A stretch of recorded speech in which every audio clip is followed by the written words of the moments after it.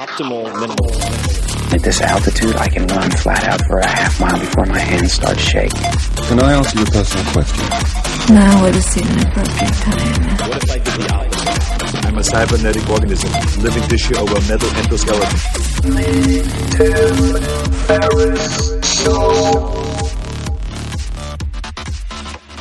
This episode is brought to you by AG1, the daily foundational nutritional supplement that supports whole body health. And I do get asked a lot what I would take if I could only take one supplement. And the true answer is invariably AG1. It simply covers a ton of bases. I usually drink it in the mornings and frequently take their travel packs with me on the road. So what is AG1? AG1 is a science-driven formulation of vitamins, probiotics, and whole food sourced nutrients. In a single scoop, AG1 gives you support for the brain, gut, and immune system. So take ownership of your health and try AG1 today. You will get a free 1-year supply of vitamin D and 5 free AG1 travel packs with your first subscription purchase.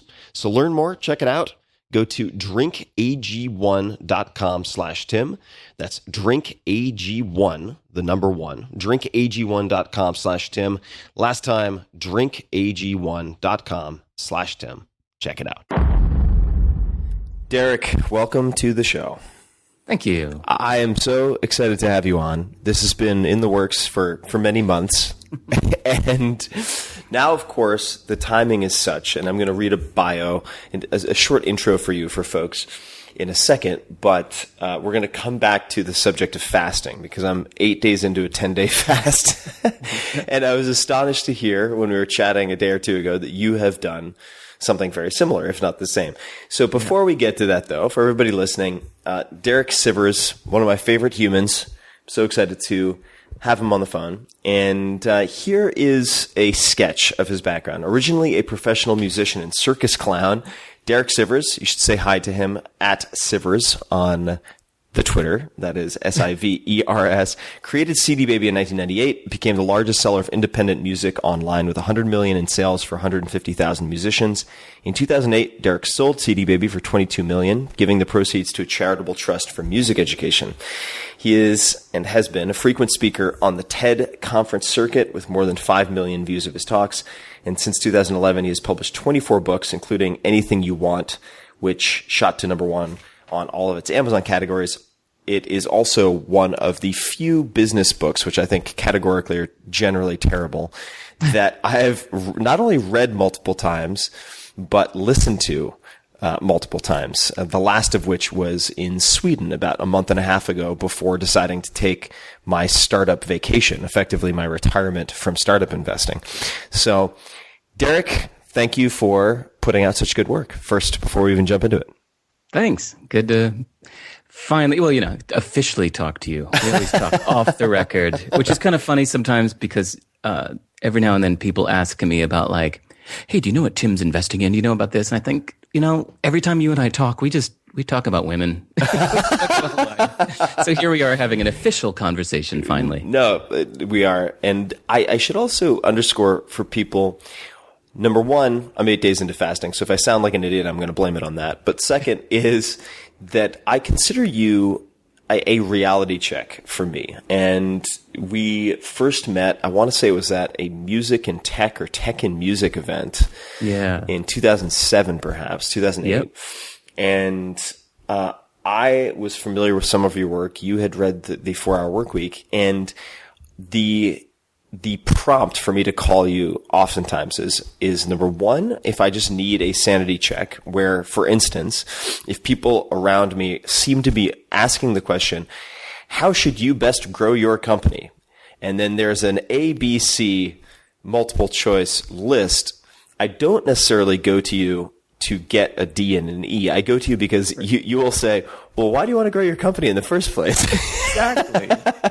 Ask the wrong questions a lot. Yeah. And secondly, because you're very good at simplifying and breaking things down. I recall, and I might be getting the location wrong, but I seem to place this in Times Square, sitting on the bleachers, talking about, I think it was SQL and databases. Yeah. And I was saying that I was extremely uncomfortable, felt out of my depth when talking to engineers, and you're like, oh, it's not that hard. And you sat down and on a single piece of paper sketched out databases and SQL and how it worked. And I just admire the not only capability, which is not that common, but the willingness to simplify something where I think we live in a world where many people complicate to profit, right? If what you do is Right. if what you do is simple, then you feel like you're dispensable, if that makes sense. And but I want to stop talking and ask you, because I'm not sure I actually ever heard the full story. Originally a professional musician and circus clown. What is the circus clown story? Okay. There's actually a good lesson inside the story, is that I was 18 years old and all I wanted in my whole life was to be a professional musician. I mean, ideally a rock star, yeah, but if I was just making my living doing music, that was the goal. So I'm 18 years old. I'm living in Boston. I'm going to Berklee College of Music, and I'm in this band where the bass player one day in rehearsal says, "Hey man, my agent just offered me a gig that's like $75 to play at a pig show in Vermont." He rolls his eyes and he's like, "I'm not going to do it. Do you want the gig?" I'm like, "Fuck yeah, a paying gig? Oh my God, yes." So I took the gig to go up to Burlington, Vermont, and I think it was like a, $58 round trip bus ticket. And I get to this pig show in Vermont. I strap my acoustic guitar on and I walk around a pig show playing music. And did that for like 3 hours, got on the bus home, and the next day the booking agent called me up and said, "Hey, so yeah, you did a really good job at the pig show. We got good reports there. Wondering if you can come play at an art opening in Western Massachusetts. I'll pay you $75 again." I said, "Yeah, sure." So same thing. I took like a $60 bus out to Western Massachusetts, got $75 for playing at an art opening. And the agent was there and he was impressed. And so he said, "Hey, look, I've got this circus, and the previous musician just quit. So we really need somebody new. And I really like what you're doing. So there's about 3 gigs a week. I can pay you $75 a gig. They're usually Friday, Saturday, Sunday. Do you want the gig?" And I said, "Hell yeah. I'm a professional musician now. This is amazing." So I said yes to everything, which is going to come up later, with the hell yeah or no thing, that I think it's really smart to switch strategies. But when you're earlier in your career, I think the best strategy is you just say yes to everything, every piddly little gig. You just never know what are the lottery tickets. So this one ended up being a real lottery ticket for me, because as soon as I joined the circus, again, I'm 18, I had no stage experience. And after a few gigs, they said, "Hey, so the previous musician used to go out and open the show with this big theme song and get everybody up and dancing. Could you do that?" And I said, "Yeah, sure." And another gig or two later, they said, "Hey, the previous musician used to close the show also with that theme song. Could you do that?" I said, "Yeah, sure." And then it was, the previous musician used to go out in between every act and get the audience to applaud and thank them and introduce the next act. Do you think you could do that? I said, "Yeah, sure." And I was really bad at it at first, but I got good eventually. I became like the ringleader MC of this whole circus, and I was 18 years old. So if you were to go to the circus, it would have looked like my show. And I did that for 10 years, from the age of 18 to 28. I did over 1,000 shows. And eventually, by the way, got paid more than $75. Eventually I was getting like $300 a show, and it became my full-time living. And I even bought a house with the money I made playing with the circus. And then that led to all kinds of other things. So just so many huge opportunities, and 10 years of stage experience came from that one piddly little pig show that I said yes to this little thing. So yeah, the only reason I stopped doing the circus is when CD Baby started taking over my life, and I had to start turning down circus gigs. But yeah, that was my life for 10 years. What did you learn that made you better? What were the lessons learned that made the biggest difference in your performance as this MC? Good question. It was... Or the biggest mistakes that you made early on that you corrected. Either one is fine. Okay. All right. Yeah, it's kind of the same answer, is that at first I was too self-conscious because I thought it was about me. Like, I was going up on stage thinking that the audience was somehow judging me, Derek Sivers, like as if I mattered, So I would get self-conscious of what they thought of me.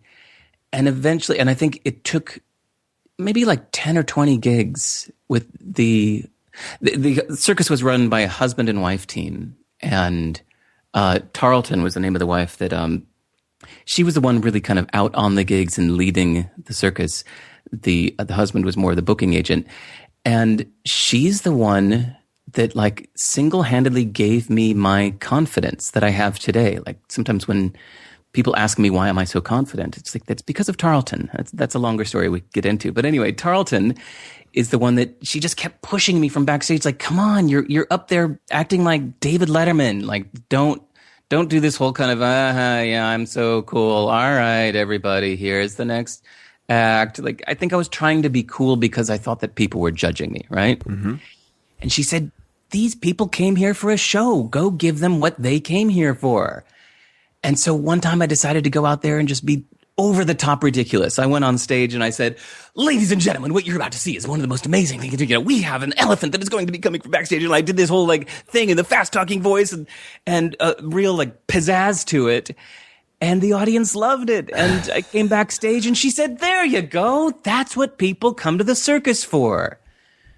So now that I've been on stage, you know, thousands of times, this really sunk in that you get on stage to give the audience what they came there for. Or even things like this interview we're doing. This isn't necessarily for you or me. We could just hang up the phone and talk. We don't need to do this, but we're doing this for the listeners. So we're going to give them something that's useful to them. This isn't about me. It isn't about you. This is about them. Mm-hmm. So that was the biggest lesson learned. Luckily, I learned that early on when I was 18, 19, and yeah. So I know we could come back to it, but I don't want to forget since I have low glucose brain, which I think I just made Japanese accidentally. But so how did she give you your confidence? Or if you prefer to answer it a different way, because I get this question a lot from fans on Twitter, for instance, you know, how did you get so confident? And there are things I can point to from athletic training with specific wrestling coaches and so on. But if what did that woman do that helped make you more confident? Or if you were trying to coach somebody who's going to get up and give their first TED talk, what would you say to them? And I don't know if the answers are similar. Completely different answers. So we'll just do the confidence one. Mm-hmm. I can give TED talk advice later if you want. Is that in my case,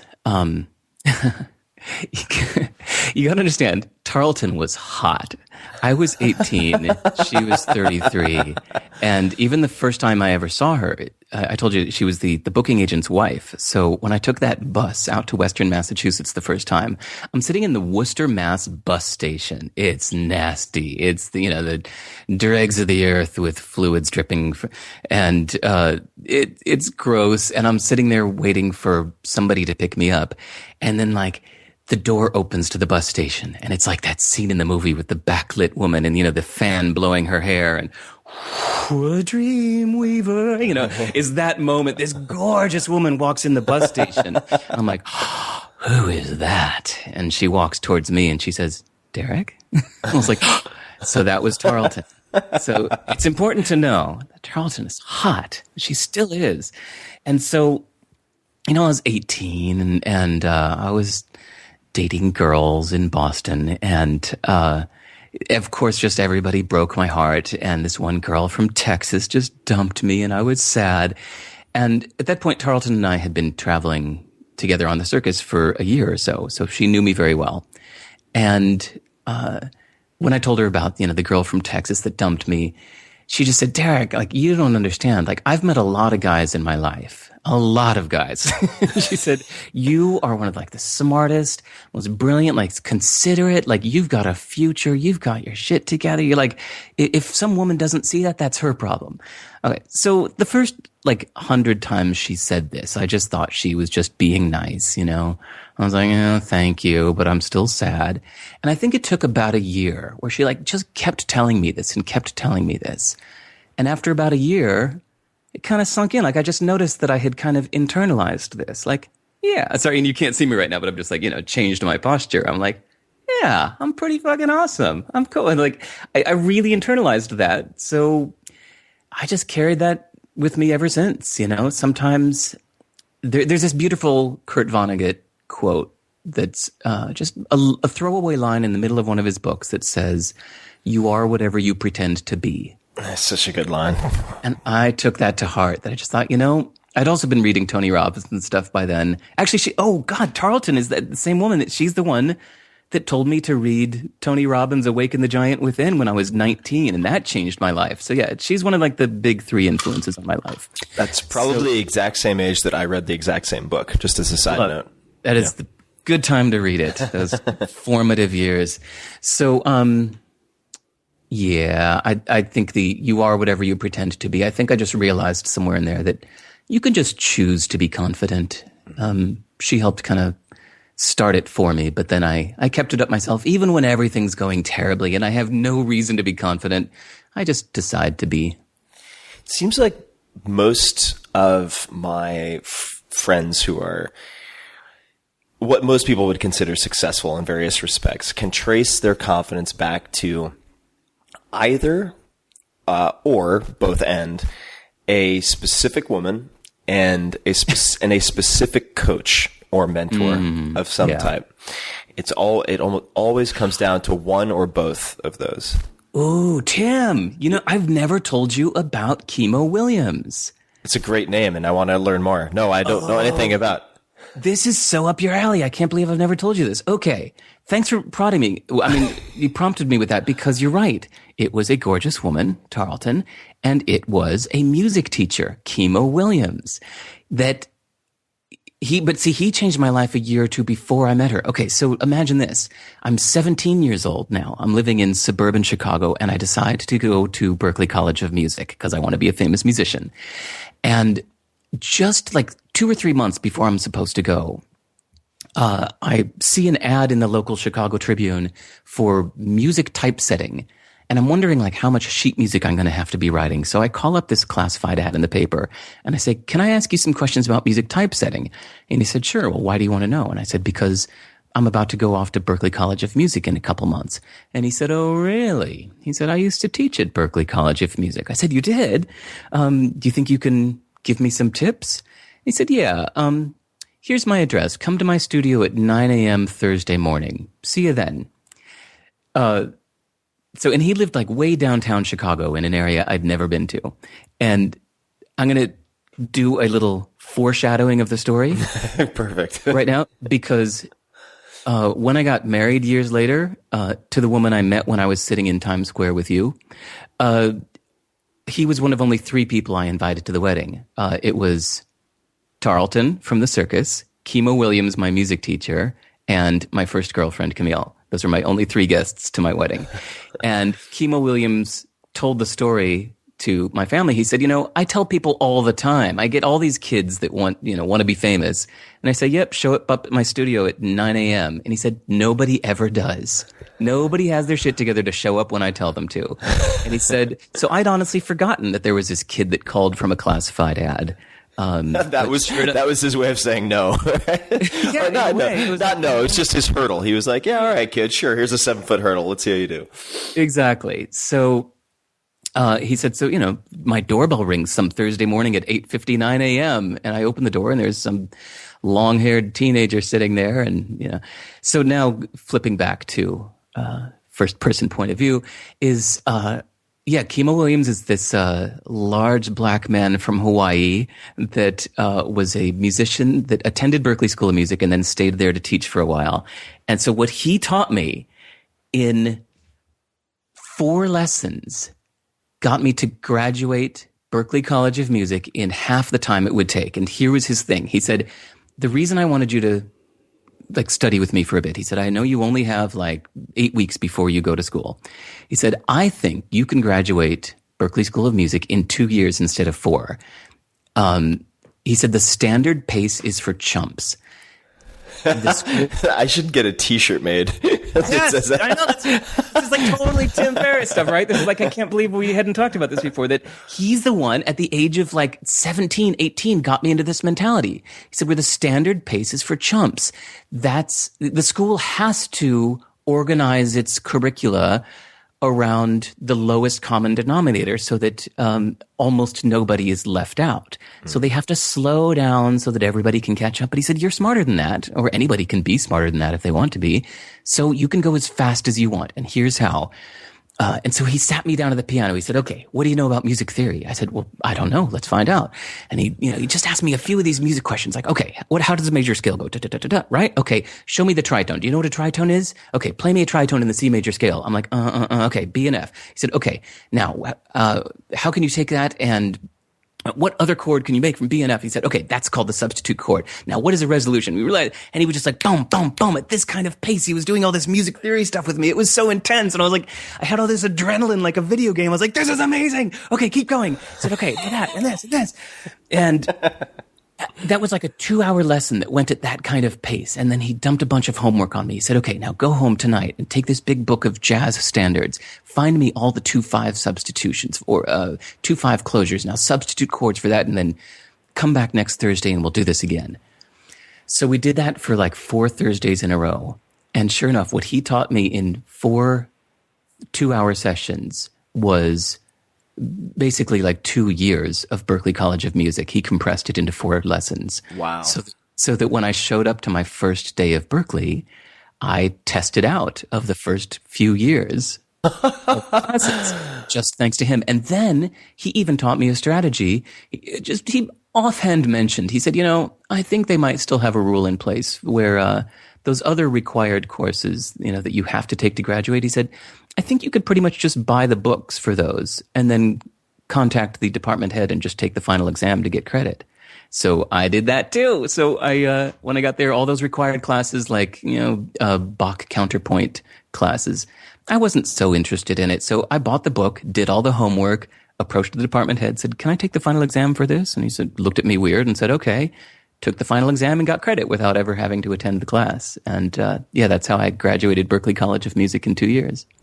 That's incredible. What a gift. I mean, did he ever, aside from just showing up, which is, of course, half the battle, if not more than half the battle, did he ever explain to you why he adopted you in that way? Were you the first student he'd done that for, or is this something he'd done before? I think he's definitely done it before and since. So as far as I know, last time we spoke, he's still teaching at Columbia College in downtown Chicago in the music department. So I think he's done this for many people since. He's just an amazing guy that is just a great teacher, a very strict teacher. He holds everybody to a really high standard, that whole like, if he said show up at my studio at 9 a.m., if I would have rang the doorbell at 9:10, he would have said, guess you're not serious. And he probably would have turned me away, So he does that with his students, and So he's done that from many people before and since, I think. What would he say to you, if you recall, when you did something incorrectly? How did he provide feedback?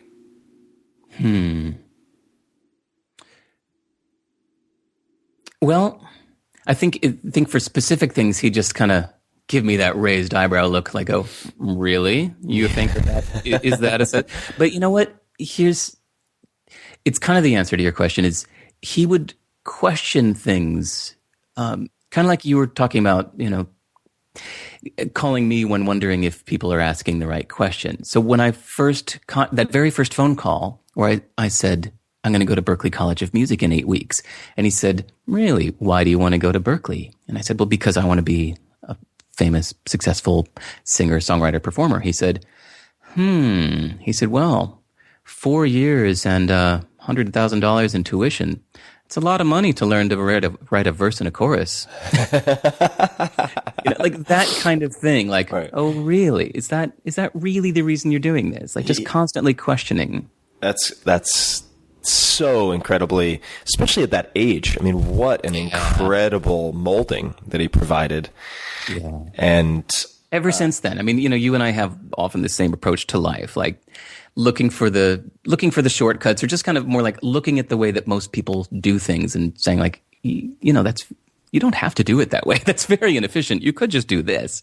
So he just gave me that approach to life. It's great. And on a related note, could you talk about, and we've talked about this a bit, but I never tire of it, relaxing for the same result? Because I think this is such a huge observation that it's incredibly important for type A personalities, or at least for me, because I have a tendency to almost want to burn the candle at both ends to prove to myself that I'm putting forth the maximum effort. I'm leaving as little as possible to chance. With certain things, and but tell everybody about the bike, about the bicycle experience. Yeah, this was kind of profound. Now, granted, I didn't learn this until later, but yeah, I'd been very, very, very type A my whole life. Even before I met Kimu Williams, age of 14, it's just, my friends called me the robot because they would never see me sleep or eat or relax or hang out. I just was like so focused on being the best musician I could be that I would just practice every waking minute. If I'd begrudgingly go to a party, I'd bring my guitar with me and I'd be sitting in the corner practicing my scales and arpeggios while everybody was hanging out, getting high, So yeah, I've always been very type A. And so a friend of mine got me into cycling when I was living in LA. And I lived right on the beach in Santa Monica where there's this great bike path in the sand that goes for, I think it's 25 miles in the sand. 25, no, hold on. Something like that. The exact number doesn't matter. But what I would do is I would go onto the bike path and I would get head down and push it as hard as I could. I would go all the way to one end of the bike path and back and then back home. And I'd set my little timer when doing this. Huffing and puffing, red-faced. Yeah, just red-faced huffing it, but just pushing it as hard as I can. Every single, thrust of the leg, just. And, of course, that made me quite fun if somebody was in my way on the bike path. I'm sure. That guy's got places to go. So, but I noticed it was always 43 minutes. I mean, if you know Santa Monica, California, the weather is about exactly the same all year round. So, unless it was a surprisingly windy day, it was always 43 minutes is what it took me to go as fast as I could on that bike path. But I noticed that over time, I was starting to feel less psyched about going out on the bike path. Because just mentally, when I would think of it, it would feel like pain and hard work. It sounds like pain and hard work. Yeah, I mean, it was. But, I guess at first that was okay. And after a while, I just felt like, I don't know, riding the bike. Why don't I just hang out? So then I said, that's not cool for me to start to associate negative stuff with going on the bike ride. Why don't I just chill for once? I'm just going to go on the same bike ride, but just, I'm not going to be a complete snail, but I'll go at half of my normal pace. So yeah, I got on my bike and it was just pleasant. I just went on the same bike ride, but I was more standing up. And I just noticed that I was looking around more. And I looked out in the ocean. I noticed that day there were these dolphins jumping in the ocean. And I went down to Marina Del Rey to my turnaround point.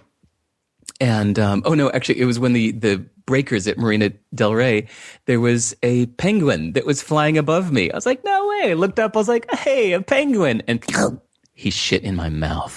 I was like, bleh, bleh. Was it a penguin or a pelican? Oh, sorry, pelican. Yes, a flying penguin above my head. That would be more amazing. I was like, what did you take before your ride? So you had a pelican, pelican shit in your mouth. That's incredible accuracy. Was that from how far away was it? 20 feet up. Wow. I guess I don't know if he was accurate or I was, Yeah. Anyway.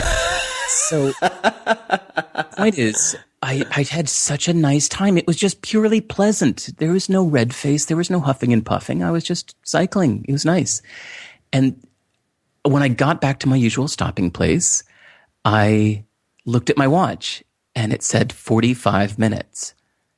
And I was like, no way. How the hell could that have been 45 minutes as compared to my usual 43? It's like, there's no way. But yeah, it was right. 45 minutes. And that was a profound lesson that I think changed the way I've approached my life ever since. It's because I realized that, I guess, what percentage of that huffing and puffing then, we could do the math or whatever, what a 93 point something percent of my huffing and puffing and all that red face and all that stress was only for an extra 2 minutes. It was basically for nothing. I mean, of course, we're not talking about me competing in something where the huffing and puffing might have been worth it, but for life, I think of all of this optimization and getting the maximum dollar out of everything and the maximum out of every second and the maximum out of every minute. And I think I just take this approach now of going or you could just take the lesson, take most of that lesson and apply it and be effective and be happy. But you don't need to stress about any of this stuff. And so honestly, that's been my approach ever since. I do things, but I stop before anything gets stressful. Is there any particular way that you remind yourself of that, given a lifetime of hard charging? If I do find that I sometimes lose track of that type of truth, which I think is a truth in almost every aspect of the endeavors that I partake in, at least. Are there any particular ways that you remind yourself of that or keep it present for you? I think it's just noticing the pain. I luckily I live in a world where there's more psychic pain than physical pain, right? So you have to notice the psychic pain that you're feeling, of whether it's doing things you don't want to be doing and feeling the pain and regret of that, or the frustration. Just when you notice this internal, that's my cue. That I treat that like physical pain of like, what am I doing? I need to stop doing that thing that hurts. What is that? And it usually means that I'm just pushing too hard or doing things that I don't really want to be doing because I was asking the wrong questions and following the wrong path, the wrong outcome. Now, rewinding the clock a little bit, 1998, how did CD Baby come to be? I was really just selling my own CD on my band's website. I had a band called Hit Me, and I had this CD that was being played on radio stations across the country. I think I was on 350 college radio stations across America, but the only way to buy it was to mail a check or money order to my address. This is before the average person could get any e-commerce online because there was no PayPal. I guess I could have put it up on eBay or something, right? But that was like the only way you could sell your CD online as an independent musician. There was just nobody anywhere that would sell it for you. There were a couple big online record stores at the time. There was musicboulevard.com and cdnow.com. I think Amazon bought them both. But the only way to get into their system was to go through the major labels, basically to get a major label record deal and then be in the major label distribution system. And then you would appear on cdnow.com, right? So I thought, okay, this is just a horrible, convoluted thing. Like, it should be dead simple to just put your stuff online, have a buy now button, and ship it to the person that buys it. It shouldn't need to be that complicated. So I did the research and I did the work, and I went and got myself a credit card merchant account, which was like $1,000 in setup fees. They actually had to send an inspector out to my location to make sure I was a valid business. I think I even had to incorporate to make them happy. I set up a separate bank account, did all of this red tape, a lot of paperwork, $1,000 in setup fees, but after 3 months, I had a credit card merchant account. And then I had to figure out how to make a buy now button on my website. And that was also hard. I had to buy a book on CGI bin Perl scripts and copy the example from the book on how to make a buy now button. But after 3 months of hard work, I did it. Like, my band's website had a buy now button that was like, wow, look at that. And so my friends in the New York City music scene, like my fellow musicians, said, whoa, dude, like, do you think you could sell my CD through that thing? I said, you mean on my band's website? They said, yeah, if you don't mind. I said, yeah, sure, why not? So it was like a favor to my friend Marco. Actually, here's a little tidbit of information. Marco, who I just knew as a musician, Marco Attasari, I knew him as a cool musician in New York City. He was technically the guy that gave me the idea for CD Baby. Later, I found out that he's the son of the Prime Minister of Finland. And it was like all in the news, and I had no idea. But Marco, thank you. He's the one that asked me if I could sell his CD through my band's website. And so I did, and then I started getting calls like, hey man, my friend Marco said you could sell my CD through your website. I said, yeah, no problem. Friend of Marco's is a friend of mine. And it grew by request. And yeah, which kind of led me to the belief that, when people ask me how do I grow my business? I've got this business idea. Basically, I'm trying to push it onto the world. How do I push my idea into the world? I have no idea. I have no advice for those people because I've only ever worked on the pull method where people ask me to do things for them, and I say yes. So CD Baby just happened because all of my musician friends were asking me to sell their CD on my band's website. And then eventually there were so many that I just took them off of my band's site and put them onto their own site, and that was cdbaby.com. Of your projects that have done well, what percentage have come from scratching your own itch, a la CD Baby? Are any of the projects that have gained traction projects that you've thought of sending to a market that didn't include you? Actually, after that first one, I mean, yes, I built a thing to sell my own CD, but actually all of them were scratching other people's itches. I don't want to get too, I don't want to picture that. Like, for example, shortly after that, I already had a UPC barcode thing. The way it used to work with that, to get a barcode on your album, you had to pay like, I don't know, $400 to the Universal Code Council in order to get a 6-digit prefix, which then let you assign the next 5 digits, which meant 100,000 products underneath your barcode product ID or something like that. So a lot of musicians in the independent music world wanted to have a UPC barcode for their album that would let them sell it in physical retail stores. And a lot of physical retail stores wouldn't let you sell something unless it had a UPC barcode. But they didn't want to all have to pay the $400 to get a company account. But I already had a company account. And so I just let a lot of musicians know, like, if you ever need a barcode, let me know. I can get one for you. So enough people started taking me up on this that I decided to charge $20 for it, because it would take me some time to assign them an ID and then generate the EPS or TIFF graphic file to be included in their album artwork. And eventually I automated it. Point is, 100,000 barcodes were assigned at $20 each. That was what I charged for the service. It was like $2 million I made for this $400 setup fee for getting a Universal Code Council account. So you could say that I was scratching my itch, but really that it was more, I think of it as the co-op business model. It was responding to demand instead of trying to create demand.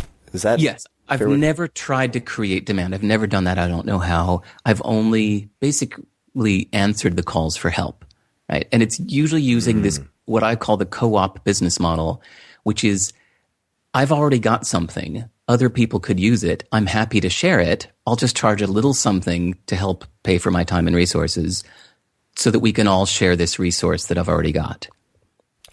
So I love, this is, I think, a great example of spotting something small, perhaps looking at a situation that many, many other people have been presented with, and spotting something interesting, in this case, an opportunity. And I want to highlight one other example, which is an email that you wrote. And I'm gonna just read a little bit here. So this is from some of your writing.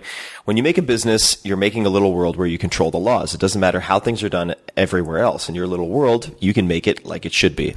And I know you're better at reading this stuff, but I'm just because I have it right in front of me. When I first built CD Baby, every order had an automated email that let the customer know when the CD was actually shipped. And of course, this is Tim speaking now. Everyone's seen these. They tend to be very plain Jane, very generic, very boring. At first, it was just the normal. This is back to your writing. Your order is shipped today. Please let us know if it doesn't arrive. Thank you for your business. A few months later, I felt it was very incongruent with my mission to help people smile. I knew I could do better, so I took 20 minutes and wrote this goofy little thing. So this is the email that would go out to folks. Your CD has been gently taken from our CD Baby shelves with sterilized, contamination-free gloves and placed onto a satin pillow. A team of 50 employees inspected your CD and polished it to make sure it was the best possible condition before mailing. Our packing specialist from Japan lit a candle and a hush fell over the crowd as he put your CD into the finest gold-lined box that money can buy. We all had a wonderful celebration afterwards, and the whole party marched down the street to the post office where the entire town of Portland waved "Bon voyage" to your package on its way to you in our private CD Baby jet on this day, Friday, June 6th. I hope that you had a wonderful time shopping at CD Baby. We sure did. Your picture's on our wall as Customer of the Year. We're all exhausted, but can't wait for you to come back to cdbaby.com. 2 exclamation points. So that 20 minutes, what happened after you put that together? Well, people would get it and reply back. Like whoever replies back to an automated shipping email, right? Whoever replies back to Amazon saying, wow, guys, thank you so much. But the fact that this little quirky email had so much personality, for one, it let them know like there's real people here. And so customers will often reply back saying, you guys are hilarious. That was the weirdest thing ever. That's awesome. But more importantly, people started sharing it. They would forward it to all of their friends. Like, you guys have to see this. And people who had blogs would post it on their blogs, even just their, little blog spot or WordPress or whatever blog. So now if you take any of those sentences from that email and you put it into quotation marks and search for it on Google, you'll find literally thousands of blogs have pasted my confirmation email onto their blogs. And I think about this when young entrepreneurs ask me, like, how can I get traction for my idea? How can I get word of mouth and buzz happening? I think you can read business books and try to do these very serious, furrowed brow analytical approaches to this. Or sometimes it's just these cute little colorful things that you do that set you apart from the rest, that make you remarkable, that make people remark on you, about you. So, yeah, I think thousands of people heard about CD Baby because of that one little silly email. And I think a comparable might be Zappos, for instance, in their customer service. And what was the anecdote that got spread around? The anecdote was you could call up Zappos for anything, even if it was unrelated to the product. You could call them up and say, yes, I'm looking at the website, but I'd actually really like a pizza delivered to my house, and they would figure out how to do it. And on the serious analytical side, you say, oh my God, that's such a waste of human and capital resources. And can you imagine if everybody called to order pizza, which of course doesn't scale, is never going to happen ever. And, they got, probably millions of dollars of free publicity just by making that okay. And how long did that take? What? Not long at all.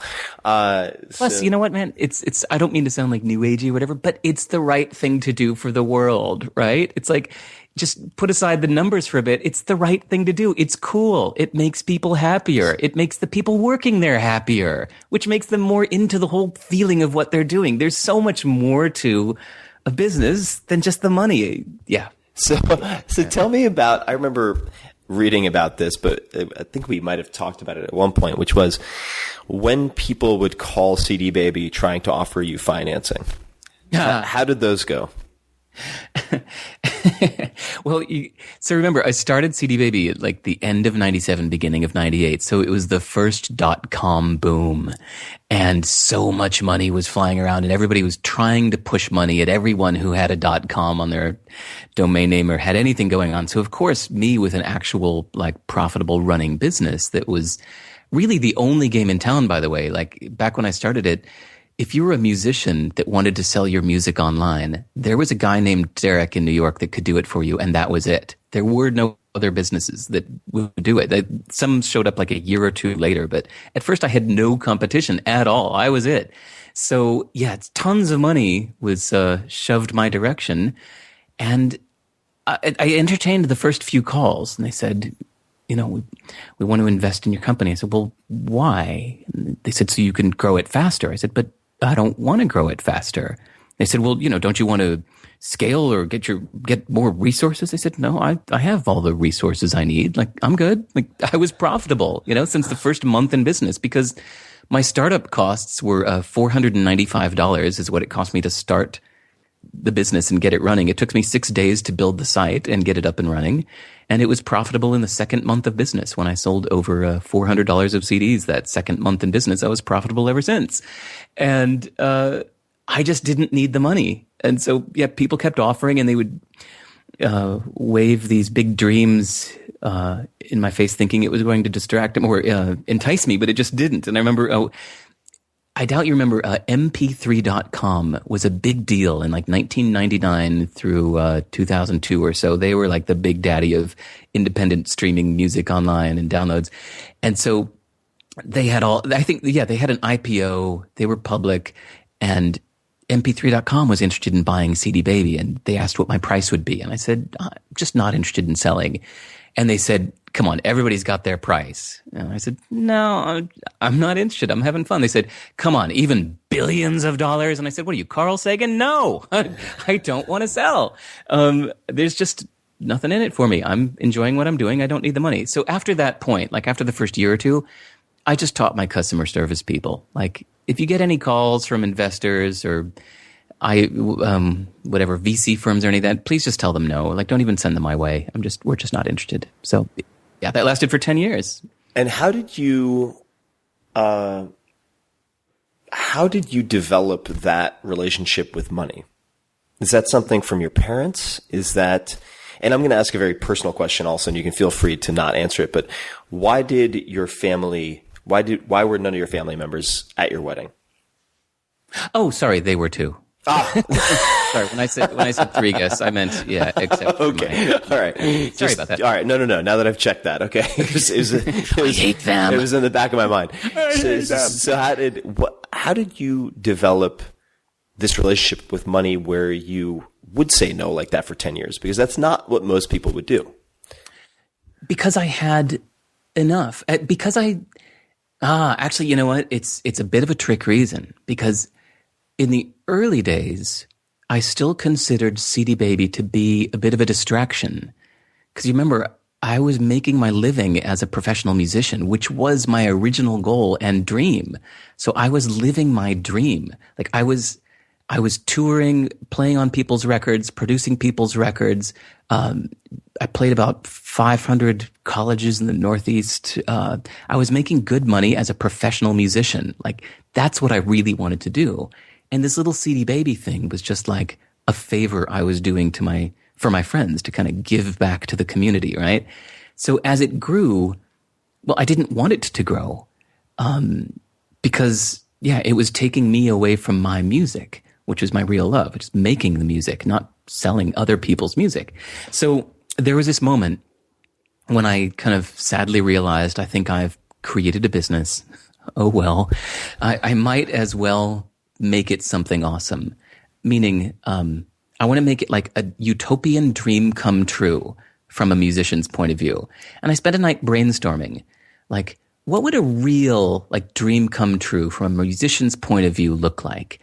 And I don't know if this will make sense to your listeners, but let's just find out, is that it was going against everything that was the unfortunate way that the music distribution world worked at the time. So it's like, number one, I want to be paid every week. Number two, I want to know the full name and address of everybody that buys my music. Number three, you'll never kick me out for not selling enough, because that was a big problem in the traditional music distribution world, is you were given a window of time, kind of like physical books still are. You have to prove yourself in a window of time. They'll put you into the bookstore. If it doesn't sell well, you're yanked out to make room on the shelf for other stuff. And then number four, no paid placement, because it never felt fair that people could come in and buy up the front page to get unequal footing, right? So that was like my utopian ideal for how this would work. The reason I'm telling you this is that to set the tone that like I wasn't trying to make money. I already had enough money that I had made, gigging and touring and all that stuff. I already had money. So this was a thing I was doing to give back to the community, to create something that needed to exist kind of artistically, or just almost like a community service kind of thing. So that was the original DNA of this thing. And, from what we know about DNA, it helps decide what things grow into, right? So this was the DNA. So then as it grew, and then it became really profitable. And I was making, $100,000 a month doing this thing. And I had all my bills paid off. There was nothing I wanted to buy. So if somebody from California contacted me saying they wanted to give me lots of money to take a big chunk of my business and help turn it, big. We think you could do an IPO. I would just sneer like, no, that sounds awful. I don't want that life. I'm enjoying being fully in control here and doing things for the right reasons, doing things for my musician friends to make them happy, make the customers happy, make the musicians happy. Like, all's good. What was the business model in the very beginning? It was only two numbers. Actually, there's a cute story. Most of us, when we start charging money for the first time for our services or our goods, we don't know what to charge, right? So for Marco, my first friend that asked me to do this, and maybe the next 10 or 15 friends that came after, I was charging nothing. I was just doing this as a free favor. This was my community service. And then once I realized like total strangers were sending me their music, I thought, all right, I better charge something, but I don't know what to charge. So I was living in Woodstock, New York at the time, and there was a cute, tiny little record store in town that sold consignment CDs on the counter of local musicians. So I walked in there one day and I said, hey, how does it work if I want to sell my CD here? And she said, well, you set the selling price at whatever you want. We just keep a flat $4 per CD sold, and then just come by every week and we'll pay you. So I went home to my new website that night and I wrote, you set your selling price at whatever you want. We just keep a flat $4 per CD sold and we'll pay you every week.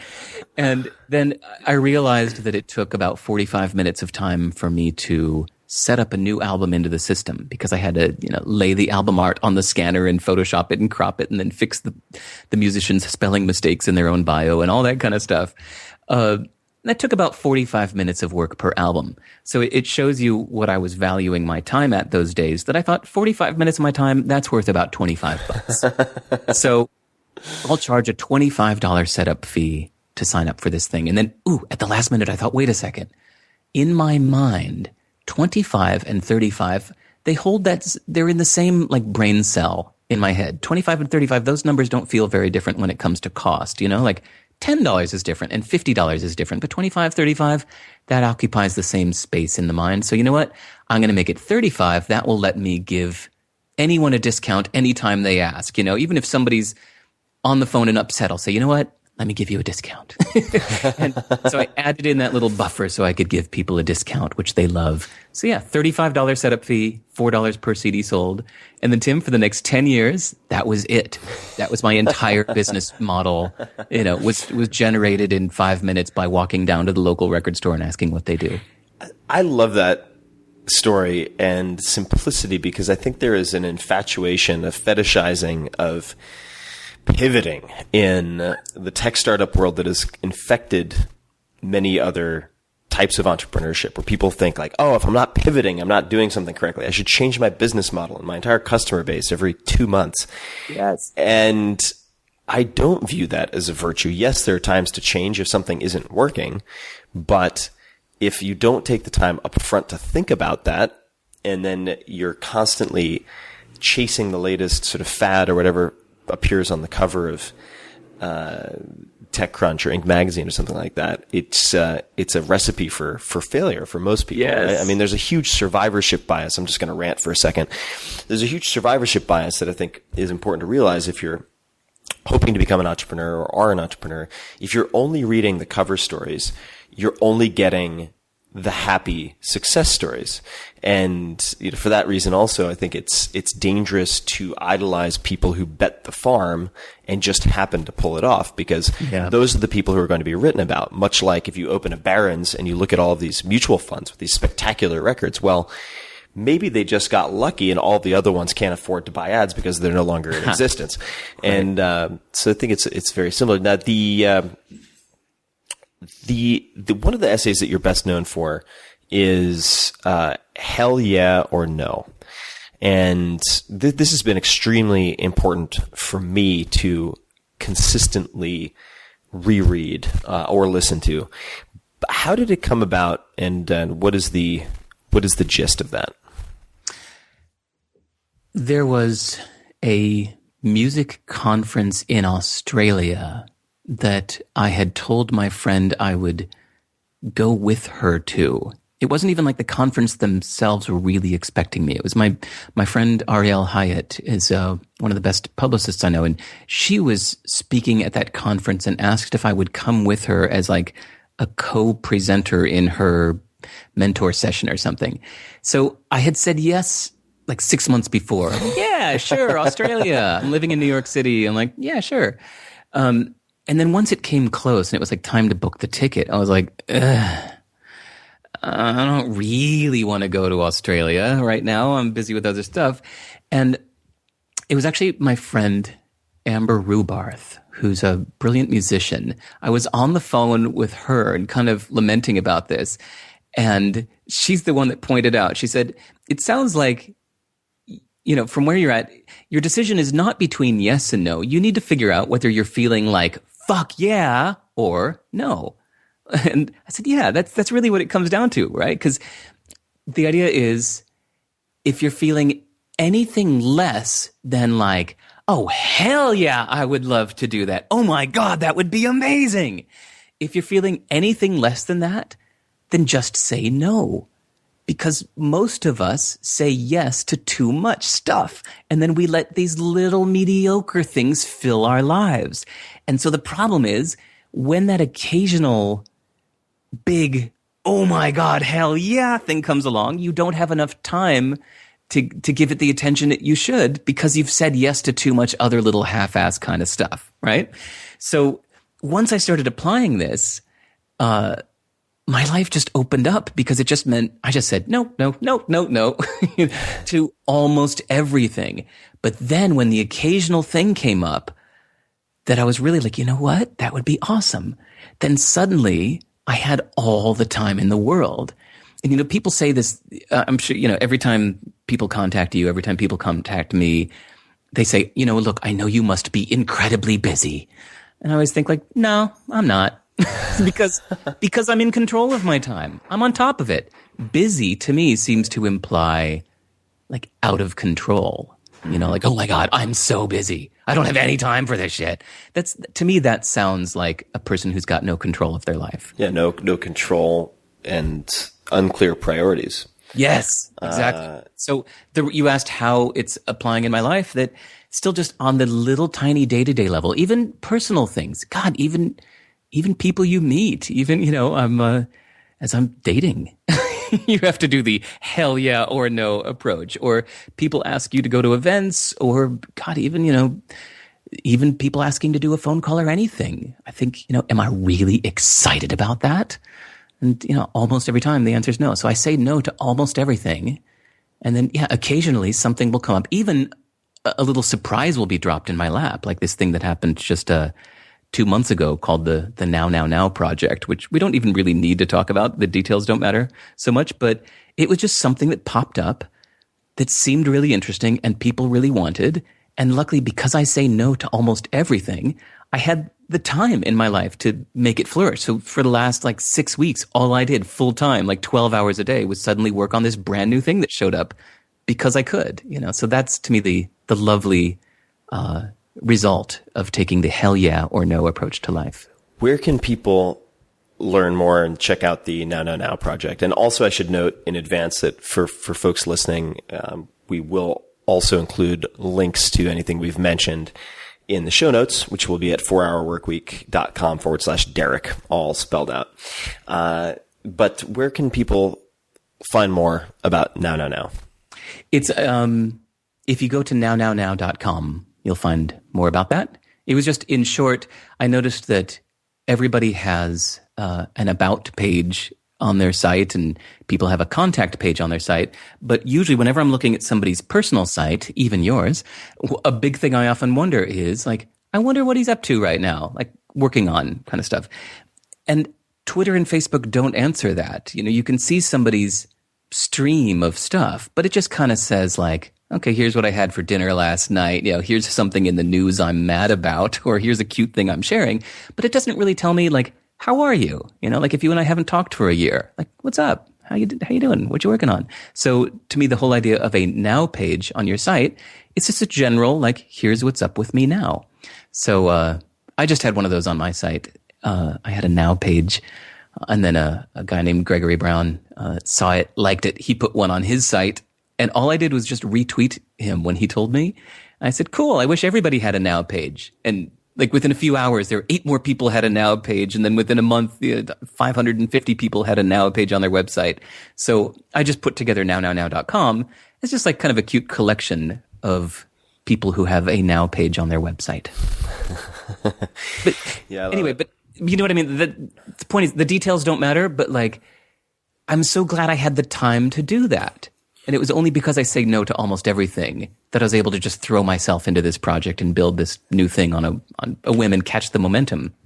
So I am reading a section of this this blog post that I wrote about you and the best email you ever wrote with the Japanese boxing specialist and so on.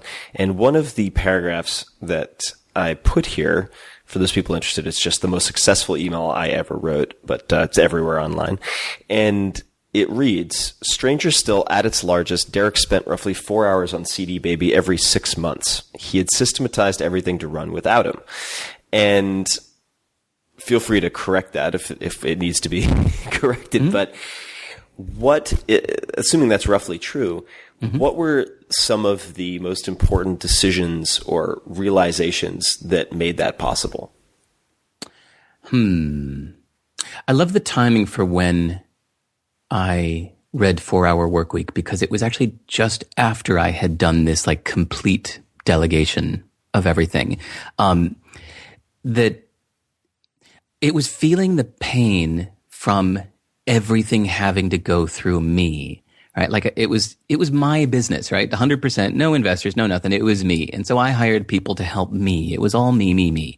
So 4 years into it, it was growing. It was really taking off. I had 20 employees, but still almost everything went through me. And it made my day kind of miserable because I'm a real like introverted, focused kind of person. I love to just sit down for 12 hours and do one thing without distraction. You're an INTJ, Myers-Briggs? Yep. Yeah, Are you? So I'm 100% INTJ. Yeah. So I hated going to the office and being distracted every 5 minutes with my employees asking me questions. So that's what I just felt such pain about this. Like, I hate this. That I really, literally, man, I booked a flight to Kauai, I believe.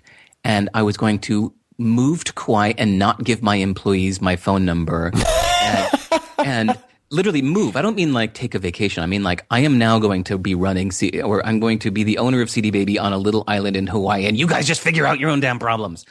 Because I was just having so much psychic pain about this. But then luckily, with lovely coincidence, that night that I booked the flight to Hawaii, I watched the movie Vanilla Sky.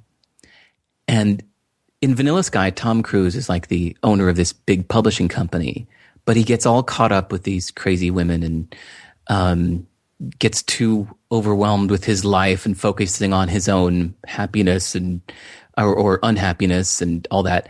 And pretty soon his company is just wrestled away from him. And I thought, oh, I don't want that to happen. Like, I don't want to just plug my ears, close my eyes, run away, and have my company taken away from me. I need to deal with my problems instead of running from them. So I canceled the trip to Hawaii and went into work the next day and decided to fix this thing. So then the next time somebody asked me a question, I gathered everybody around. I said, okay, everybody, Tracy just asked me, Derek, what do we do when a guy on the phone says he wants a refund? I said, okay, everybody stop working. Everybody gather around. Okay. Tracy asked what we do if somebody wants a refund. Here's not only what we do, but here's why. Here's my philosophy. Whenever anybody wants a refund, we should always give it to them. And I would just explain not just the what to do, but the why. It was constantly communicating the philosophy to get to the core of it. And I think you mentioned this back in 4 Hour Workweek. There's almost nothing that really has to be you. Like you can almost get kind of AI and figure out how your brain works, how your decision-making process works, and just teach it to other people so that other people can do it. And that's what I did for every single thing that ever came my way. I would gather everybody around, explain the philosophy behind it, why we do things this way, why I'm about to say what I'm about to say, and now here's what I think we should do. Do you understand why? Now please write it down. But it was also important that I taught it to multiple people, not just one, and had them write it down. And then the cool thing is, I wasn't doing the hiring anymore at the company. I had taught other people how to do the hiring. So soon my employees were doing the hiring, and then they were teaching new people how to do this thing from the book. And so so that really started 4 years into the company. It was 6 months of difficult work to really make myself unnecessary. But then my girlfriend at the time decided to go to film school in LA.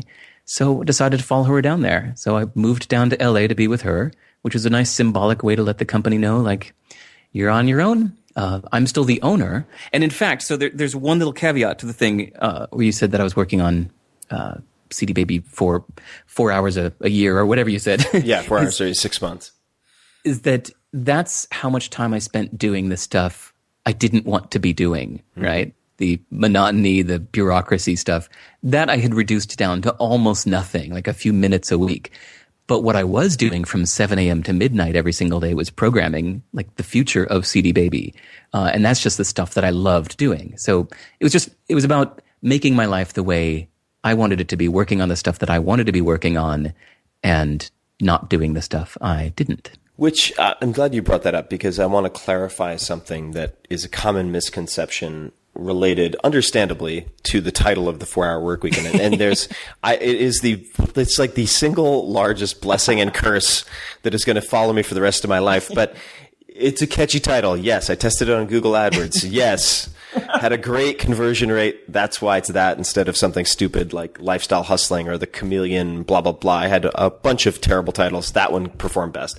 But the objective is not to be idle. The objective is to control this non-renewable resource called time so that you can allocate it to the things you most want to be doing. So I don't have, in other words, I don't have a problem with hard work as long as it is applied to the right things that are determined with some degree of self-awareness and forethought or planning.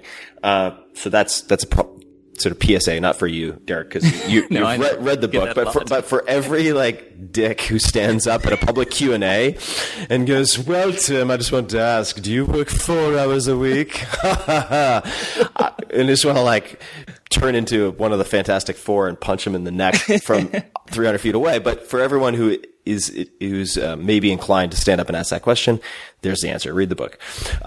And I bumped into somebody recently. You mentioned this book with the, I guess, frequently asked questions. And he was like, you should just because I told him, I was like, I try to be really patient. I try to spend a lot of time answering people's questions when they have them, but it's so clear that most people asking questions have not read the fucking book. And they'll be like, can I eat bananas on the slow carb diet? Can I eat quinoa after chocolate custard on the slow carb diet? And I'm just like, fuck, if you have to ask, the answer is no. And you clearly didn't read it. And he's like, you should just have t-shirts that say, what was it? RTFM. Yeah. Read the fucking manual. Yeah. But, alas, I'll cut that scree a little short. The book itself, I want to dig into some specifics with this manual, this rule book. When you had multiple people write it down, how did you then put together a resource that could be shared with new hires and so on? Actually, I think we put it on a wiki inside, but honestly, most of it was just word of mouth kind of legend inside. Like there were a few internal stories, kind of like the Zappos pizza story you just told. The one I always heard was Nordstrom's, that there's some legend about guy buys a shirt from Sears and it gets like burnt up in a fire and he goes to Nordstrom's to return it and they give him his money back. Like they have like such a liberal return policy that they'll even let you return burnt stuff from another store. And so a legend like that will travel down and it carries the philosophy inside of it. So it's almost like a little story like that can replace 20 pages of an employee handbook. Totally agree. Yeah. It's an aphorism or it's a story. Yeah. Exactly. Fable. So there were quite a few of those inside CD Baby, especially for the early people, would see the decisions that I had made and the people that I had given all their money back in case anything went wrong, or just talking to me in the conversations and getting my philosophies. And the early employees at CD Baby really got it, and then they would spread it to the new people. So if we flip from book writing to book reading, you have a page on your site, sivers.org/book. I'll link to it in the show notes. I think it's book. Correct me if the URL is wrong. But you have notes on more than 200 books. Mm-hmm. You appear to be a voracious reader. How do you select the books you read, and how do you read them? Okay. I let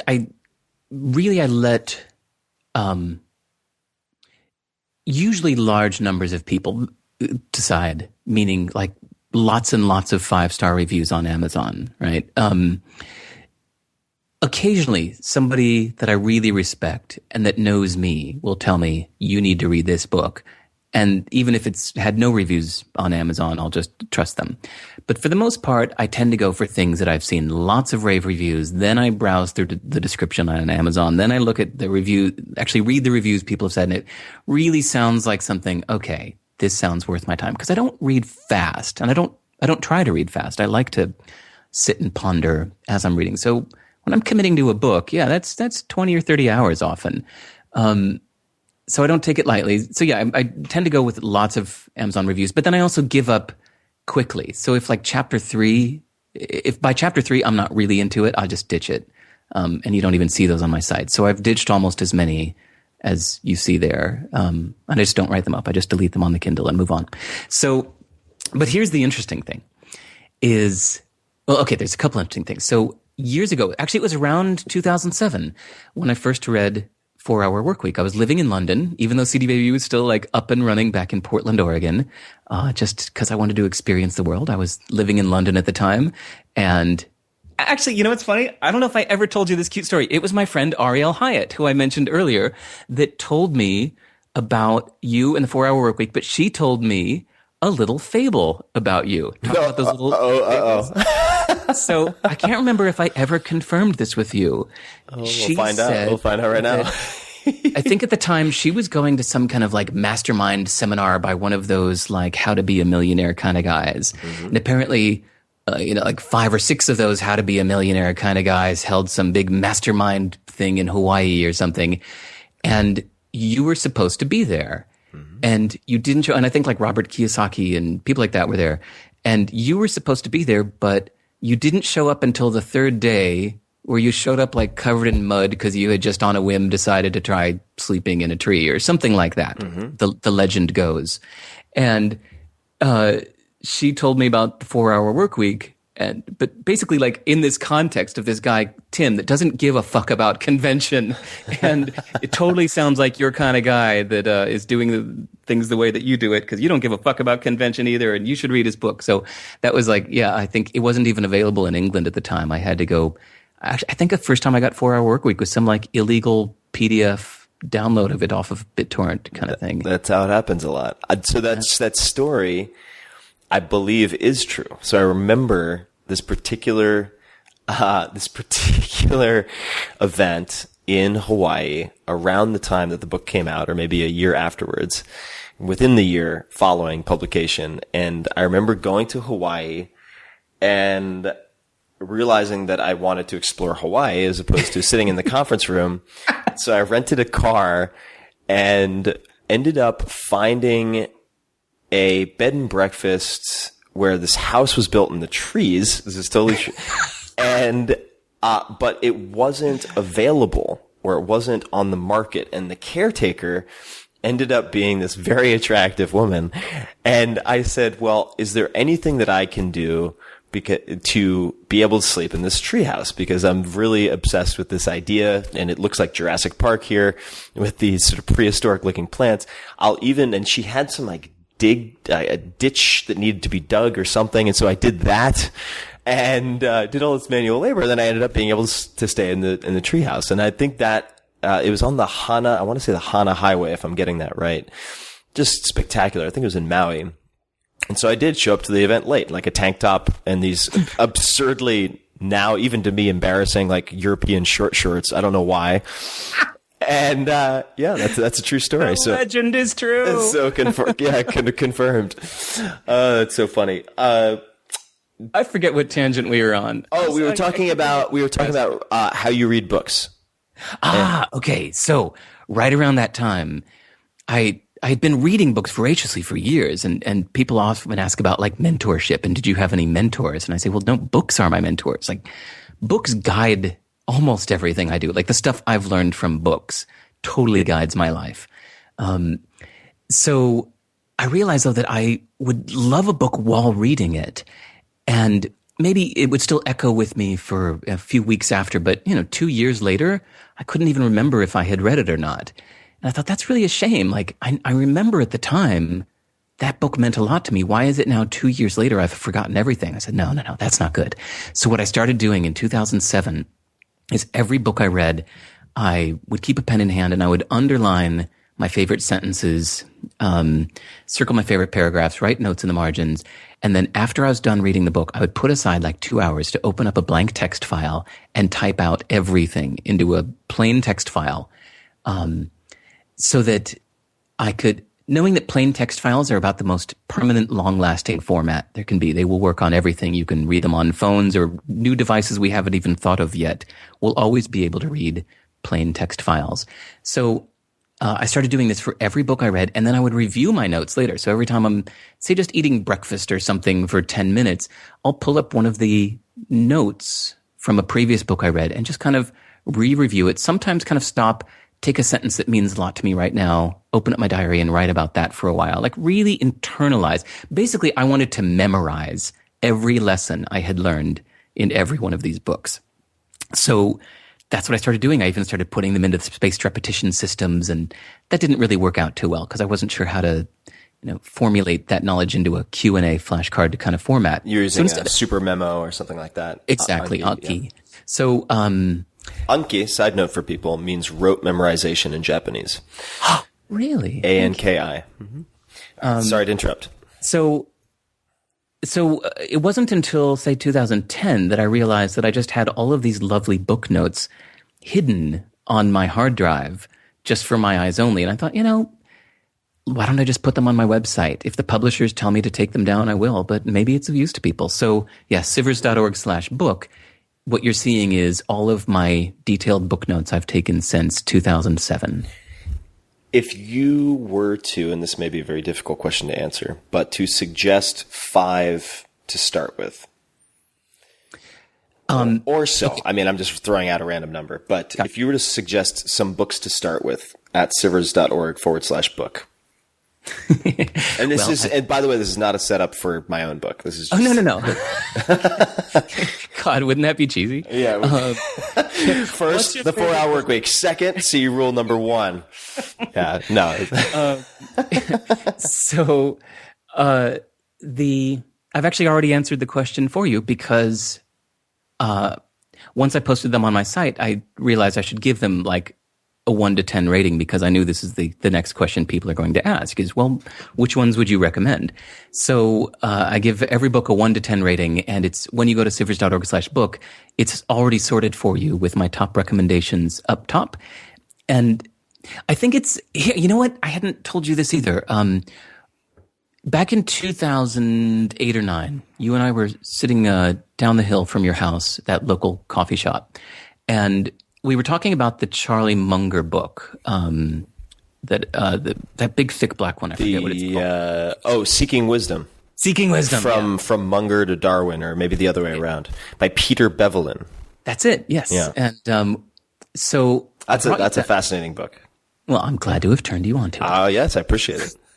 So after turning you on to that book, I remember we were talking about like the books that changed our life. And you told me, I think, was it The Magic of Thinking Big? Does that sound like? That's right. Okay. David Schwartz. I have it face out on my shelf in my living room so that I can see it constantly.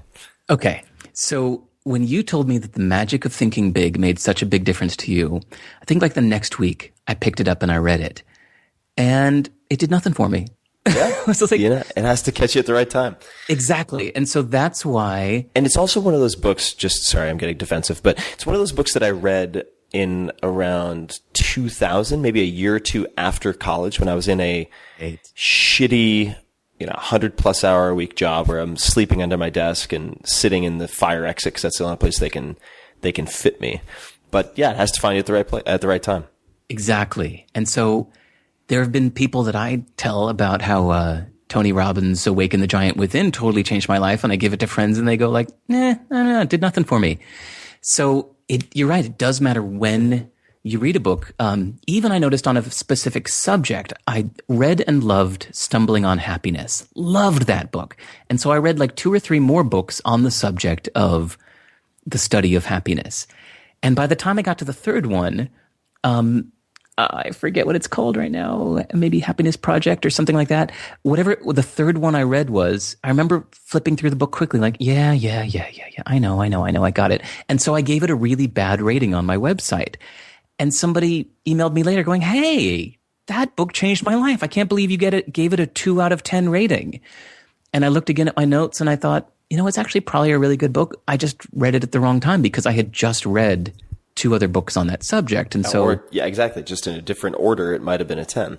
Exactly. If I would have read that one before Stumbling on Happiness, which I gave a 10 to, then I would have given that one a 10, and Stumbling on Happiness might have been like, yeah, I know this stuff already. Stumbling on Happiness is a great book. I think that it's, for those people who are familiar with the term that I use in the 4-Hour Workweek, the deferred life plan. So, in other words, sort of saving and working in order to retire at some point in the future, maybe 10, 20 years down the road, 30 perhaps, to redeem all of that toil for some reward, like sailing around the world in a sailboat. Stumbling, I always forget, is it Stumbling on or upon Happiness? Stumbling on Happiness. Stumbling on Happiness by Daniel Gilbert, is that right? Yeah. Is a great reality check for that type of, I think, extremely risky, prone to failure, deferred life planning. Yeah. So I got to tell you, so we haven't really talked about this yet, but this is so up your alley, or your listeners' alley, or for people who are into books will appreciate this. So a lot of my friends, actually, I don't think any of my friends are as into reading as I am. Okay, a couple are, but most aren't. And so whenever I tell them about some amazing book I've read, the gist I get from my friends is like, well, just tell me what to do. Right. So give me the index card. Yeah. Yeah. Like they don't want to read the book. And so my friend Jeff is a smart guy. I mean, he's a lawyer. He's smart, but he just looks at me with these tired eyes and he just says like, I'm not going to read the book, dude. You can stop pushing it on me. It's just never going to happen. He said, just tell me what to do. He said, I trust you. I like you. You know me. So tell me what to do. And I realized that if you trust the source, you don't need the arguments. That so much of a book is arguing its point, but often you don't need the argument. If you trust the source, you can just get the point. So after reading, taking detailed notes on 220 books on my site, I realized that distilling wisdom into directives is so valuable, but it's so rarely done. In fact, the only time I can think of that it was done was Michael Pollan, with his 3 books in a row about food, each one getting shorter and shorter. I think the first one was it like Omnivore's Dilemma? Omnivore's Dilemma, yeah. Which was big. So I know that you're the kind of guy that would... It's a great book, but also, I mean, there are like 70 pages on corn production in the U.S. and most people just drop out. Even I was like, God, my eyes are glazing over here, but I know there's some good stuff coming, so I'll slog through it. But yes, a very great book, but a very big book. And then he did one a year later that basically took the best of the stuff from Omnivore's Dilemma and made it into a shorter, kind of more pop market 200 to 300 page book, I believe. I forget the name of that one. And might have been in Defense of Food, maybe. That sounds right. Yes, thank you. So even that one, I remember somebody telling me I should read it and me looking at it going like, I don't know if I really want to read 300 pages about food. But then a year later, he put out a teeny tiny little book called Food Rules. I think that's what it's called. Mm-hmm. And it's like, you basically can read the whole thing while just standing in the bookstore.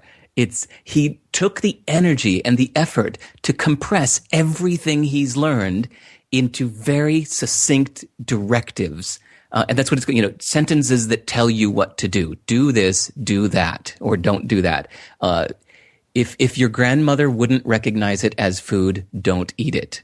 And his tagline for that book, the popular phrase was, eat food, mostly plants, not too much. Right.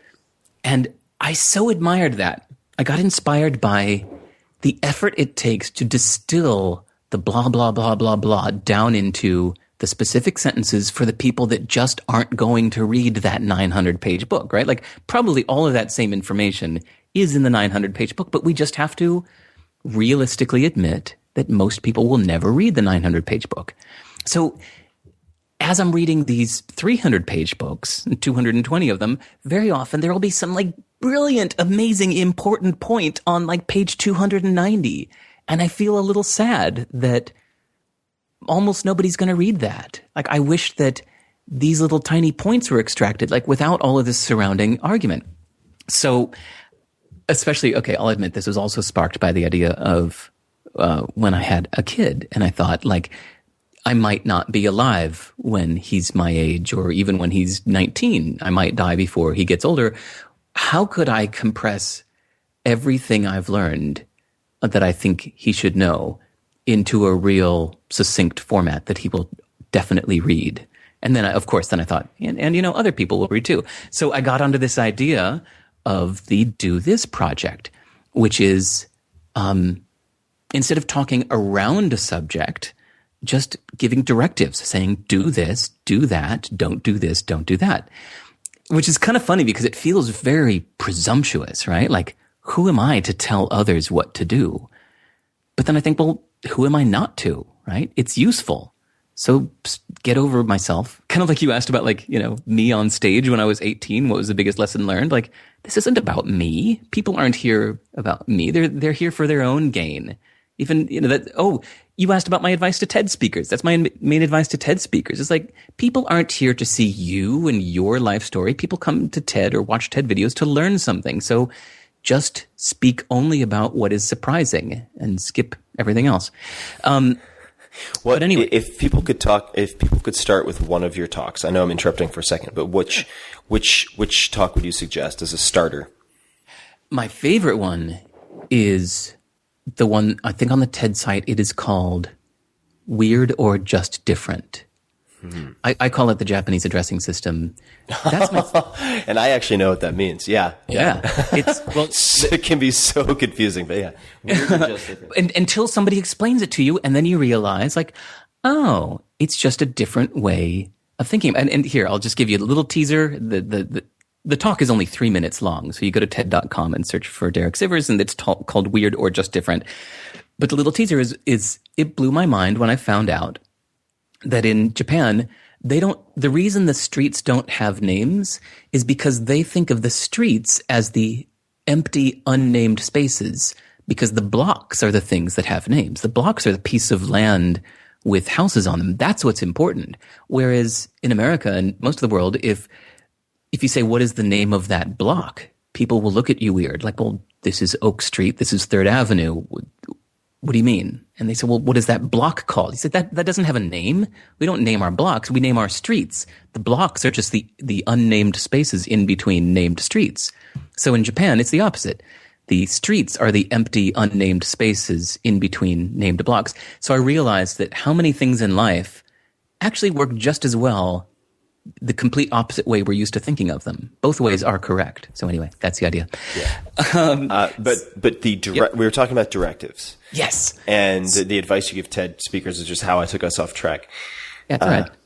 So go ahead. No. I was going to ask, and I'm not trying to cut this short. I'm just, so I don't forget to ask, where can people find the directives? Only in this podcast. No, it's true. I haven't done anything with it publicly. At first I thought I was going to make this into a big keynote speech I was doing at a conference, the World Domination Summit conference in Portland. I spent 4 months of full-time work from like 7 a.m. to midnight for 7 days a week for 4 months in a row, just rereading all 220 book notes, extracting or trying to turn all of this advice or this knowledge, this wisdom, trying to turn it into directives. Because a lot of it almost never is in the directive format already. People talk around a subject. They talk about findings and research. But it takes some real effort, kind of like the old philosophers. What was that? You've read the Stoicism book, The Guide to the Good Life? Yes, I have. I have that up on my living room wall as well. So in that book, he says, right in the intro, he said, if you ask a modern person who calls themselves a philosopher, what should I do with my life? He said, sit down and get comfortable, because they will tell you, well, it depends what you mean by what, and it depends what you mean by do, and really it depends what you mean by life, or really maybe it depends on what you mean by my life. He said, people are talking around the issue so much these days, but he said back in 600 BC, if you would have asked one of these philosophers, what should I do with my life? They would sit down and tell you exactly what to do with your life. Do this, don't do that, pursue this, don't pursue that. So I was really inspired by that intro too. So the idea was, now how can I go back through all of these amazing books I've read and compress all of this wisdom into specific directives? So it took me 4 months of work to come up with the following 18 sentences. Do you want to hear them? I do want to hear them. I'm excited. I'm super excited about this. So this was going to be a 35-minute long keynote speech, and it turned out to be a horrible 35-minute long talk, but it's entertaining for about 3 minutes. So here's the 3-minute version. Okay, first I had fun categorizing them.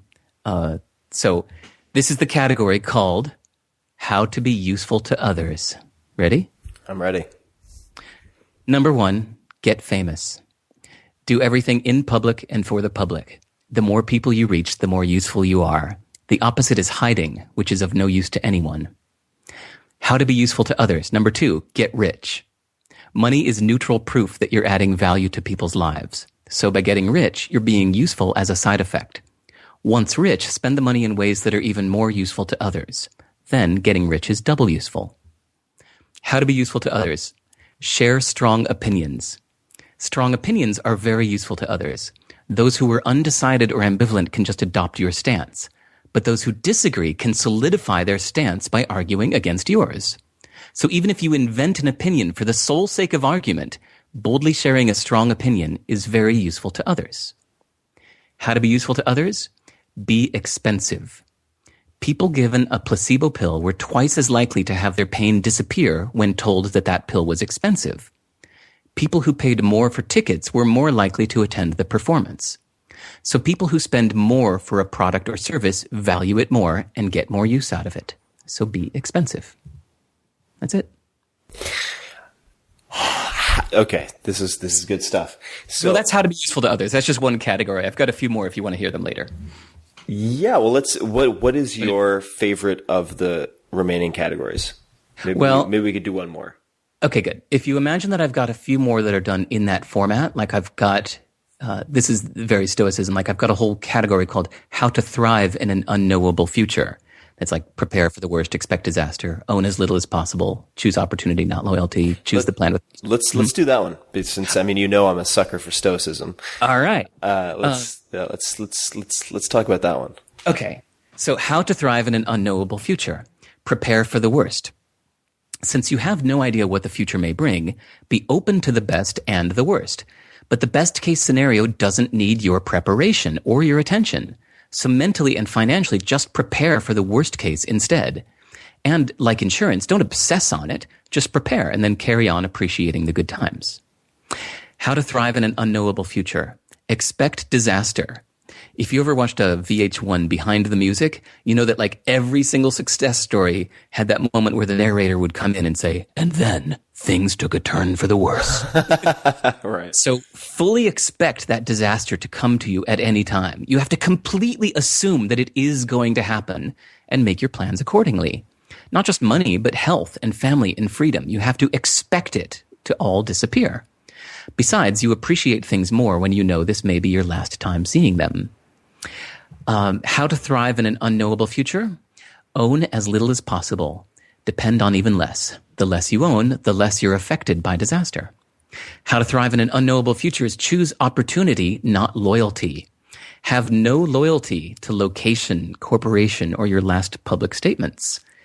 Be an absolute opportunist, doing whatever is best for the future in the current situation, unbound by the past.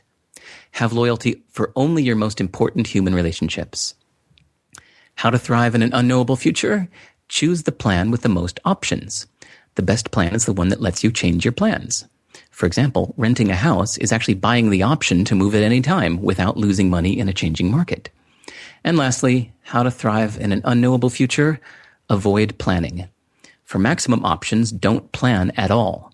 Since you have no idea how the situation or your mood may change in the future, wait until the last moment to make each decision. Which of these have you most concretely implemented in your own life from this category? Oh God, I really internalize this category. It's the whole way I see the world. Like, if you look inside my head, you'd think I was a little nuts, and just that I'm just always expecting everything to disappear. Even as I step outside, I'm living in New Zealand now, and I step outside, it's just gorgeous, surrounded by natures and blue skies, and I just inhale and I think yep, this is all going to disappear. This is all going to go to shit. Pollution's going to wreck this all. But I don't think that in a awful doom and gloom way. You can tell I'm not, Eeyore, but it's just part of my appreciation for everything now and every person I know, and even just my health, even just God, when I stand up in the morning and I'm I wake up full of energy. I think, yep, in another couple decades, that's not going to happen anymore. I really appreciate this. So, yeah, it's more of just a deep mindset.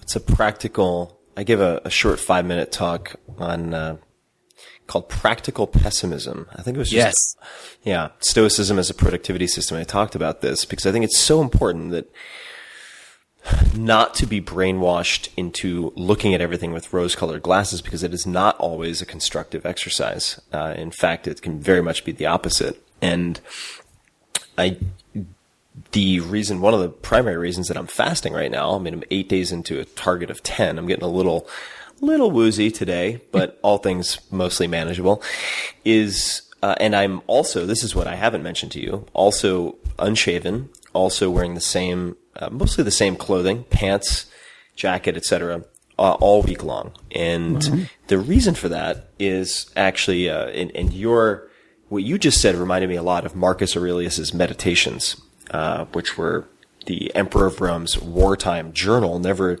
intended for publication, but it would always start with today you are going to meet rude, ungrateful, arrogant people, and this is how you're going to contend with it. And it seems very depressing until you realize that he was creating a mindset that could deal with those worst case scenarios if they presented themselves. And similarly, Seneca, who's a very controversial Stoic, but nonetheless my favorite to read, and I have a huge 30 hours of audio coming out related to Seneca shortly. But one of my favorite passages from Seneca is one that reads, and I'm going to massacre this, but it's paraphrased.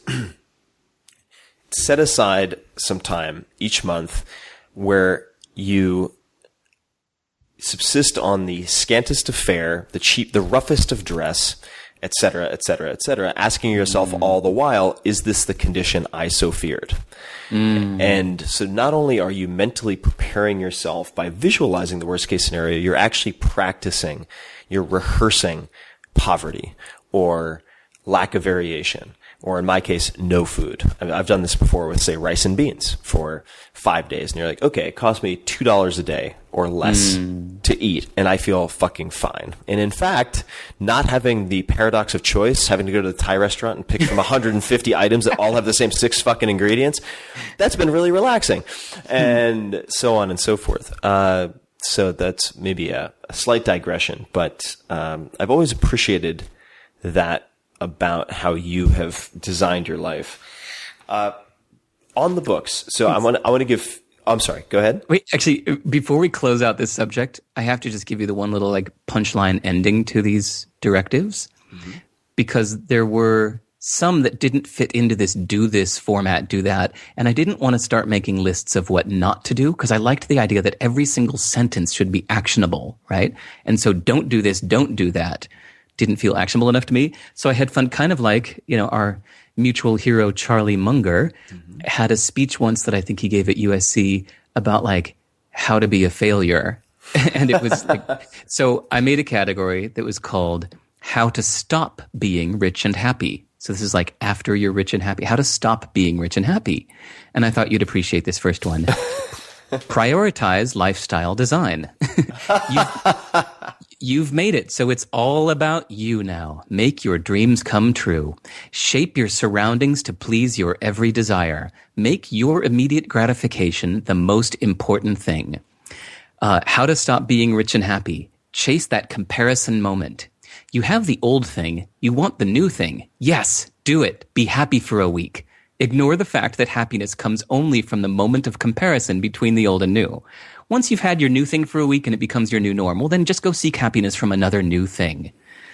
Yeah, you get the idea. No, I do. And I agree with the first point. I mean, people might think that I wouldn't, but I've been doing a lot of reading and practice with meditation and so on. But if you read, say, Tara Brach, or she has a fantastic book called Radical Acceptance, which I highly recommend to people who are type A in particular. But most suffering, actually Tony Robbins would say this too. I attended my first live event a few weeks ago, which was very fascinating and a lot of fun. But that most suffering comes from a focus on me, on the self. Yes. And as soon as I received a piece of advice maybe 5 years ago from someone. They said, if you're having trouble making yourself happy, just make someone else happy. Yeah. And it sounds so cliched, but it's actually really pragmatic. Yeah. And it makes me think of something simple that I've been doing that, Gabby Reese, who was on this podcast with Laird Hamilton, both very famous athletes, and they're married. And she said, go first. And all she meant by that was, during your day, be first. Like be the first to look at someone and smile. Be the first to look, to walk up to, when you walk up to the barista, ask them how they're doing. Be the first to initiate that. And it's such a simple way to put a smile on people's faces. Not always, but a good portion of the time. And that can change your own state. Two things on books. Just because you're sharing your methods, I'll share a couple that I've enjoyed. One is on Amazon. I will look at the 4-star if it has a sufficient critical mass of, say, 5 stars to be worth looking into. If that's how I'm filtering, then I will look at the most helpful, critical reviews that are 4 and 3 star. In addition to that, I will go to, I think it's just kindle.amazon.com, and I will read the public highlights. So I'll take maybe 5 minutes to look at the most critical 3 and 4 star reviews, because the 5 star and the 1 star and 2 star tend to be worthless in a way, because they're so one-sided. Yeah. So look at the 3 and 4 star most helpful critical reviews, and then I will look at the Kindle highlights, and that is, in effect, seeing the movie trailer. It's like, if you don't like the highlights from the movie trailer, you're definitely not going to like the full feature film, especially when it takes 30 hours instead of 1.5. Yeah. And the reason I started using a Kindle was specifically so that I could export my notes as text files. Yeah. And so that's one of the ways that I filter books these days. But the question that I always ask, that I'd like to ask you, and I think we might have to do a round 2 sometime, because we're probably going to have to hop off in maybe 10 minutes or so. But there's so many questions I want to ask you. What is the book you've given most as a gift? Geek in Japan. Geek in Japan by Hector Garcia. Because I'm fascinated with understanding the mindset of a place, right? Like, I would love to really understand the philosophy of Brazil, India, China, Finland, France, Japan, Thailand. Like, to me, each place seems to have its own cultural norms in how it approaches time, or long-term versus short-term thinking, or what's precious and should be protected, or human interactions, relationships, dealing with obstacles, conformity versus rebellion. Or just, how it approaches people who are unfortunate. So we think of philosophies like existentialism, stoicism, nihilism, but I'd love to study Brazilism, Japanism, Thaiism. I really do think of each country's culture as kind of like a working modern applied philosophy. Oh, totally is. Totally agree. Yeah. So Geek in Japan is written by this Spanish guy who's been living in Japan for 10 years. And while most of the book is kind of like, hey, check out this, look at that, it has a section in the middle that I think explains the Japanese mindset better than anything I'd heard before.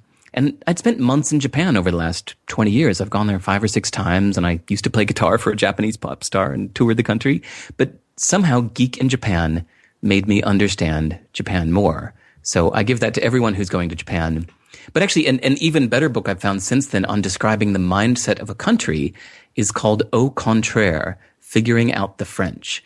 It's so deep. It explains the mindset so well. I wish there was a book like this about every country. I highly recommend it. So you listeners out there, if you know of any other books like this that like explain the mindset of a country, please email me to let me know. There is a book, and I'm going to rely on the readers as well. What is your email address, Derek? If you want to give it out. Derek@sivers.org. And in the comments, guys, so all the show notes and everything, links to these books will be at 4hourworkweek.com/Derek. But there is a book out there. I want to say Enrico something is the author, but in Italian, I'm pretty sure it was in Italian, effectively writes Geek in America, but from the standpoint of Italian traveling through the U.S., including the Heartland. Nice. So that's one. Cool. What $100 or less purchase has most positively impacted your life in the last 6 months or recently?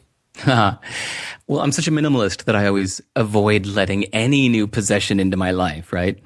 But I took my 3-year-old kid to a cafe one morning that had a huge box of toys, like little figurines and cars and dolls and monsters. And he was just in the zone for like 2 or 3 hours, completely engrossed in all these toys. So I was like, yeah, okay, I can't, push my minimalism on him. He needs toys. So that night I went on to eBay and I found someone selling a huge box of old used toys, just like that, figurines and cars and stuff, $20. And endless hours of entertainment since. Best $20 I've spent in a long time. That's awesome. Do you have a favorite documentary or movie? No. I really don't watch hardly anything. Relative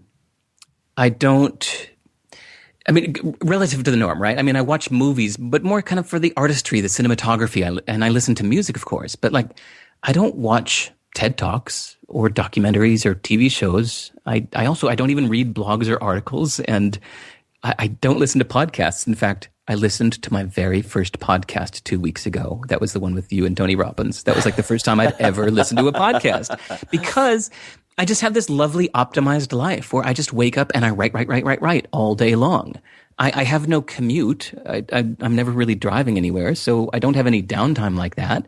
And if I'm outside, I want to hear the birds and the trees, And if I'm working out, I'll either crank up the hip hop or sometimes just enjoy the total silence except for the hardcore sound of the clanking metal plates, So I really just prefer books as my medium of learning and input. Of information intake. What do you listen to? What are you listening to now or recently for working out? What music? I've started realizing that I don't know my American history of hip hop. That I've always been loosely aware of it, but I recently saw the Chris Rock movie Top 5.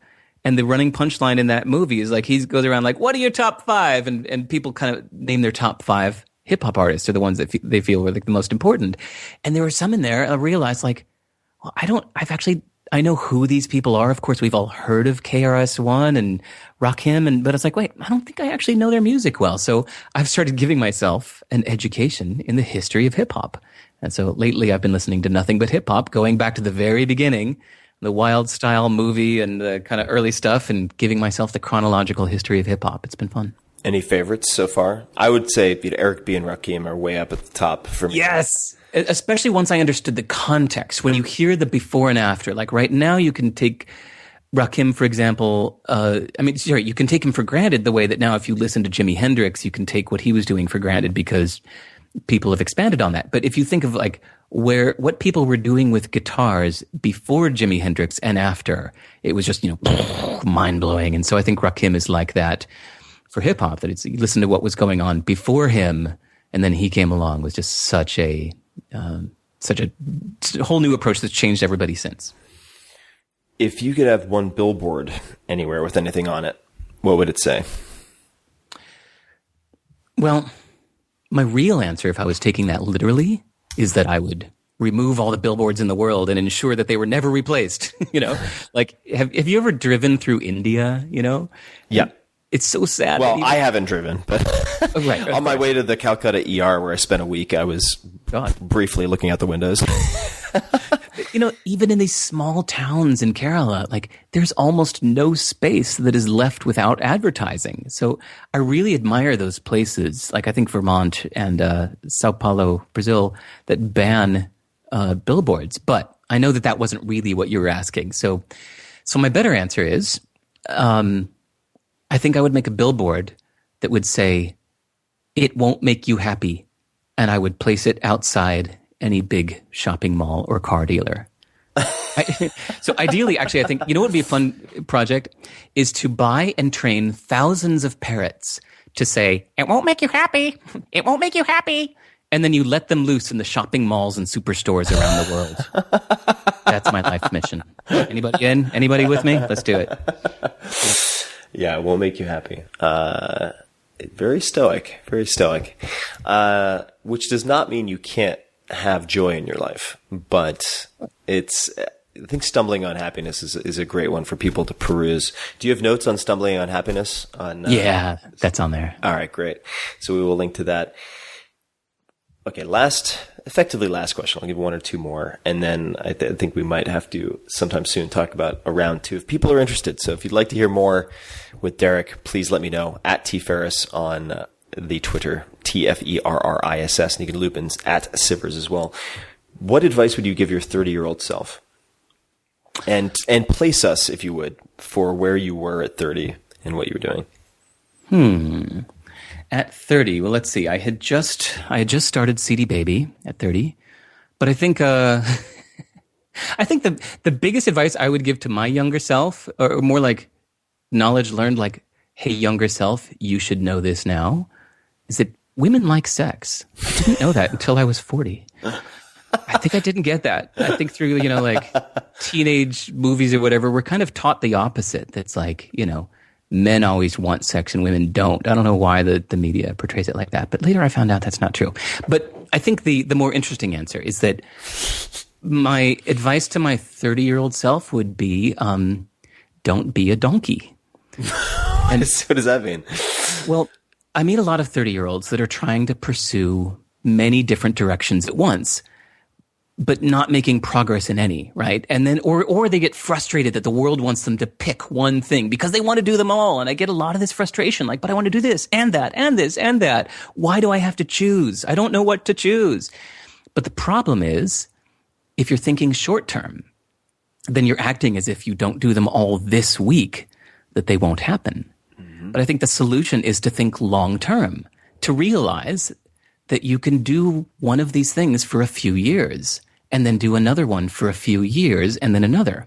So what I mean about don't be a donkey is you've probably heard the fable about, I think it's Buridan's donkey, it's a fable about a donkey that is standing halfway in between a pile of hay and a bucket of water. And he just keeps looking left to the hay or right to the water, trying to decide, hay or water, hay or water. And he's unable to decide, so he eventually falls over and dies of both hunger and thirst. So the point is that a donkey can't think of the future. If he did, he'd clearly realize that he could just go first drink the water and then go eat the hay. Mm-hmm. So my advice to my 30-year-old self is don't be a donkey. That you can do everything you want to do. Mm-hmm. You just need foresight and patience. Right? Yeah. So say, like, for somebody listening, if you're 30 years old now, and say you have like 5 different things you want to pursue, right? Well, then you can do each one of those for 10 years and you'll have them all done by the time you're 80. You're probably going to live to be 80. So it's ridiculous it sounds ridiculous to plan to the age of 80 when you're 30, right? But it's a fact that it's probably coming. So you might as well take advantage of it. It's like, use the future. Then that way you can fully focus on one direction at a time without feeling conflicted or distracted because you know that you'll get to the others in the future. And I think you could also, just to build on that, I agree. I think most people, and this is not something I've thought up on my own, but they overestimate what they can achieve in a day or a week. So they have 20 items on their to-do list, but they underestimate what they could achieve in a year or even 2 years. And the way that, for instance, if you look at a lot of what I've done, much of which ended up being a result of accidental discoveries, but you had the book career, but then you had the angel investing start around 2007, 2008, and I treated that as a 2-year self-imposed MBA. And it was like, okay, I want to try this and really focus on it for 2 years, and I'm not going to expect to have any financial return, but just as an MBA, I'm going to sink this amount of cost into it, which was identical to Stanford Graduate School of Business at the time, and assume that the network and relationships and lessons I would learn would be worth that 2 years. And just viewing them as 2-year experiments, which I did with the TV also, which did not turn out as ideally as I would have liked, although I'm very proud of, the Tim Ferriss experiment. Podcast, same thing, right? It wasn't a 3-year commitment, but it was also not a 1 day or 1 week commitment. It was like, okay, I'm going to do this for at least 6 episodes. Maybe it takes me 6 months and then I'll correct course at that point. But, you do, I think a lot of 30-year-olds feel pressured, or younger or older for that matter, to pursue many, many things in parallel, when if you were just to tweak that slightly and make them serial, the results would be much better. Yeah. That's a really hard lesson to learn. We can even say it right now, but it's really tough. I even find that now. Yeah. It's a constant challenge. The 5-minute journal I find very helpful. I've mentioned this before to people, but so I won't belabor the point, but people can check that out if they want to. Or the Pomodoro technique, also really helpful. Okay, we are going to wrap this first conversation up for our dear public. But do you have any asks or requests of my audience before we close up? Not really. I mean, honestly, the main reason I do interviews like this, like public ones, instead of you and I just, sitting on the phone and shooting the shit, is that I really like the people that I meet through them. Like the kind of people that would listen 2 hours into this conversation are my kind of people. So I usually just tell people, just email me, Derek@Sivers.org. I read them. I kind of enjoy putting aside a little time each day to read emails, and I answer every single one. Because I said hell yeah or no to the rest of my life, so I've got time to do it. So that's it. Just feel free to email me if you have any questions or anything, or just to say hi. Awesome. And for those people who do not want to wait for round 2, Derek, you're hilarious. I put out a tweet recently, which was, what should I ask? What would you like me to ask at Sivers? I'm going to be interviewing him soon, and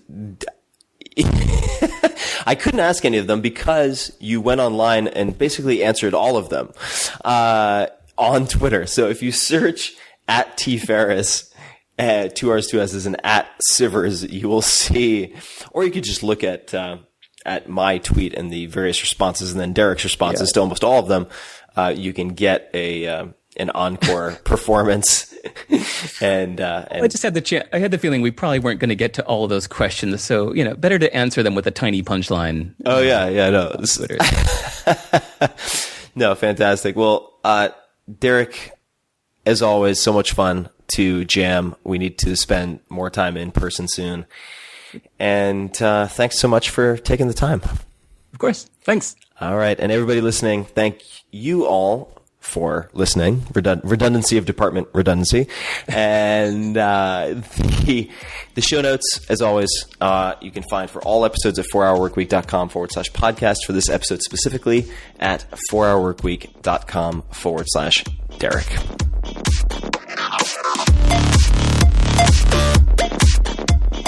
Hey guys, this is Tim again. Just a few more things before you take off. Number 1, this is 5 Bullet Friday. Do you want to get a short email from me? Or would you enjoy getting a short email from me every Friday that provides a little morsel of fun before the weekend? And 5 Bullet Friday is a very short email where I share the coolest things I've found or that I've been pondering over the week. That could include favorite new albums that I've discovered. It could include gizmos and gadgets and all sorts of weird shit that I've somehow dug up in the world of the esoteric as I do. It could include favorite articles that I've read and that I've shared with my close friends, for instance.